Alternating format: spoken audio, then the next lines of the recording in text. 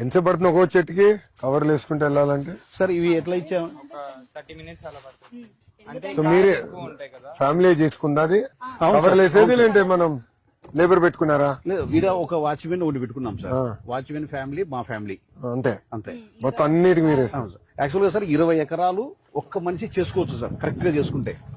ఒక మనిషి ఒక కుటుంబం? అంటే ఒక వాచ్మెన్, ఒక రైతు. 20 ఎకరాలు ఎలాంటి బయట నుంచి పెట్టుకోకుండా, అంటే ఫ్రూట్స్ కట్ చేసేటప్పుడే అవసరం సార్, లేకపోతే ఏం అవసరం లేదు. మరి ఎక్కడ గడ్డి ఎక్కువ పడింది సార్, మనం 9 రూపాయలకు 10 రూపాయలకు నూకలు దొరుకుతాయి రైస్ మిల్ లో. అది దాని కింద చల్లేస్తే మాక్సిమం గడ్డి అంతా చచ్చిపోతుంది సార్. మనము గడ్డి మందు కొట్టాల్సిన అవసరమే లేదు. టోటల్ మీకు ఎన్ని కవర్లు వచ్చినాయి? మొత్తం 3500 వచ్చాయి సార్. 3500 కవర్లు.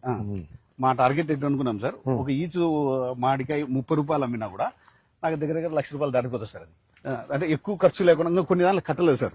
చూసా ఇవి అందడం లేదు, ఇది ఇలా ఉన్నాయి సార్. ఇలా అయిపోయింది. షైనింగ్ కూడా సూపర్ వచ్చేది సార్.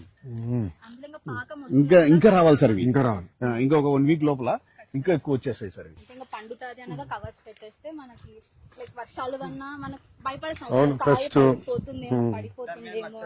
మచ్చలు కూడా రైతుకు కూడా బాగా మార్కెటింగ్ అయిపోతుంది. ఈ కవర్లు కూడా మనం ఒక చిన్న కాటేజ్ ఇండస్ట్రీ దాకా తయారు చేసేయాలి. లోకల్ కి కుర్రోళ్ళు పట్టుకుని బాగా చదువుకున్న వాళ్ళు కూడా పట్టేసుకుంటే వాళ్ళ చేతనే ఇది కూడా చెప్పి ఒక ఇండస్ట్రీ లాగా తయారు చేస్తే లోకల్ గానే.